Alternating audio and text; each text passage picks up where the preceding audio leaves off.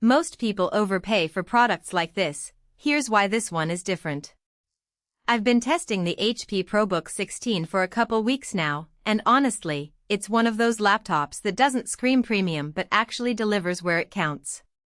Link is in the description if you want to check the product details on Amazon. First off, the performance is solid.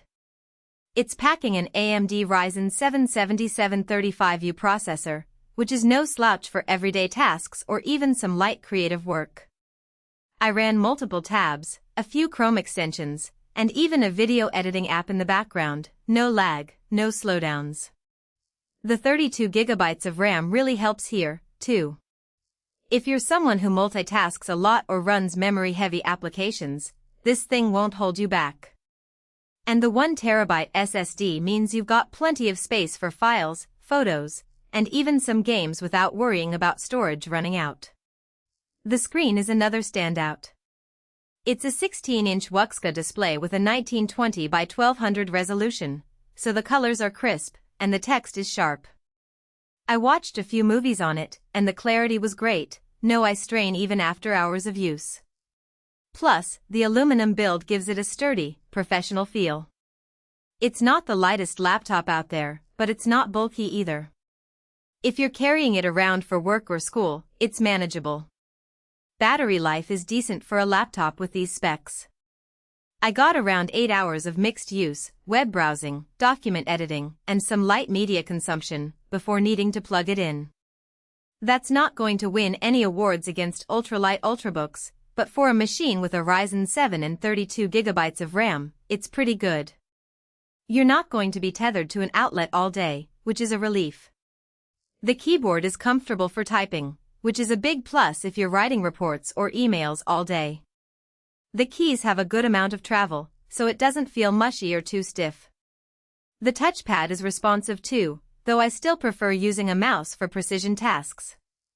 The ports are standard but useful: USB-A, USB-C, HDMI, and a headphone jack, so you're not left scrambling for adapters.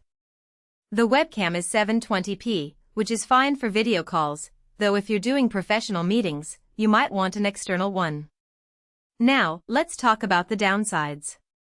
The speakers are just okay. They're fine for casual listening, but if you're watching movies or listening to music, you'll probably want to use headphones or external speakers. The fan can get a little loud under heavy load, too. It's not obnoxious, but it's noticeable if you're in a quiet room.